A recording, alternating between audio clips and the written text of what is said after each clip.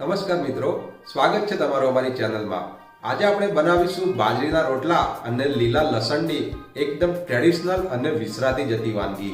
આ વાનગીનું કોઈ નામ તો નથી, પણ આ વાનગી પહેલાના જમાનામાં ખૂબ જ ખવાતી હતી, જે ખૂબ જ શક્તિવર્ધક છે અને ઘણી જ જાતના પોષક તત્વોથી ભરપૂર પણ છે। તો ચલો આ વાનગીને આપણે ફટાફટ બનાવવાની શરૂઆત કરીએ।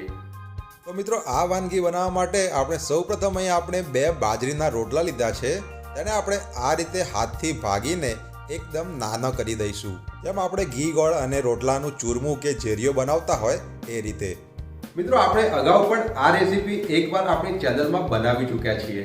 એ વખતે આપણે રોટલાને ભાગીને એને ઘી અને ગોળનું ચૂરમું બનાવીને એમાં લસણ એડ કરેલું, પણ આ વખતે આપણે એકદમ અલગ રીતથી આને બનાવવાના છીએ। તો મિત્રો, અહીં આપણે આપણા બંને બાજરીના રોટલાને હાથથી ભાગીને એને નાના કરી લીધા છે। તો હવે આપણે એમાં આપણું 200 ગ્રામ જેટલું લીલું સમારેલું લસણ નાખી દઈશું અને લસણને રોટલાની સાથે આ રીતે હાથથી મસરીને સારી રીતે એમાં મિક્સ કરવાનું છે।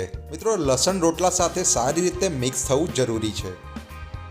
તો મિત્રો, અહીં આપણે આપણો રોટલા અને લીલા લસણને સારી રીતે બરાબર મસળીને મિક્સ કરી લીધા છે। તો હવે આપણે ગેસ પર એક કઢાઈમાં અડધા બાઉલથી પણ ઓછું ઘી લઈશું અને એને ગરમ થવા દઈશું। જો પાછળથી કદાચ ઘીની જરૂર પડે તો આપણે અલગથી એડ કરી શકીએ છીએ। તો મિત્રો, અહીં આપણું ઘી સારી રીતે ગરમ થઈ ગયું છે, તો એની અંદર આપણે અડધો બાઉલ જેટલો સમારેલો ગોળ નાખીશું અને ઘીમાં સતત હલાવતા સારી રીતે મિક્સ કરવાનું શરૂ કરીશું। મિત્રો, એ આપણે ખાસ એ વાતનું ધ્યાન રાખવાનું છે કે આપણે અહીં ગોળનો પાયો નથી આવવા દેવાનો। ગોળ સારી રીતે ઘીમાં ઓગળી જાય એટલે આપણે ગેસ બંધ કરી દેવાનો છે। તો મિત્રો, અહીંયા આપણો ગોળ ઘીમાં સારી રીતે ઓગળી ગયો છે અને એના કોઈ પણ ટુકડા પણ હવે એમાં નથી રહ્યા। તો હવે આપણે ગેસ ઓફ કરી દઈશું અને એની અંદર આપણા મિક્સ કરેલા બાજરીનો રોટલો અને લીલું લસણ નાખી દઈશું। આપણે અગાઉ જે રીતથી આ રેસીપી બનાવેલી એમાં આ રીતે આપણે ગોળને ઓગાળ્યો નહોતો, આપણે ડાયરેક્ટ બાજરીના રોટલાનું ચૂરમું બનાવીને એમાં લસણ એડ કરી દીધું હતું। તો હવે આપણે આ બધી જ સામગ્રીને સારી રીતે મિક્સ કરી લઈશું। મિત્રો, આ રીતથી આ રેસીપી એકદમ ટેસ્ટી બને છે। તો મિત્રો, આપણી શિયાળાની સ્પેશિયલ બાજરીના રોટલા અને લીલા લસણની આ ટ્રેડિશનલ વાનગી તૈયાર થઈ ગઈ છે।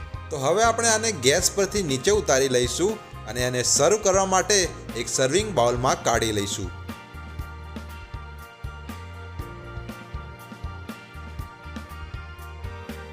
તો મિત્રો, તૈયાર છે આપણી બાજરીના રોટલા અને લીલા લસણની આ ટ્રેડિશનલ અને શક્તિવર્ધક વાનગી।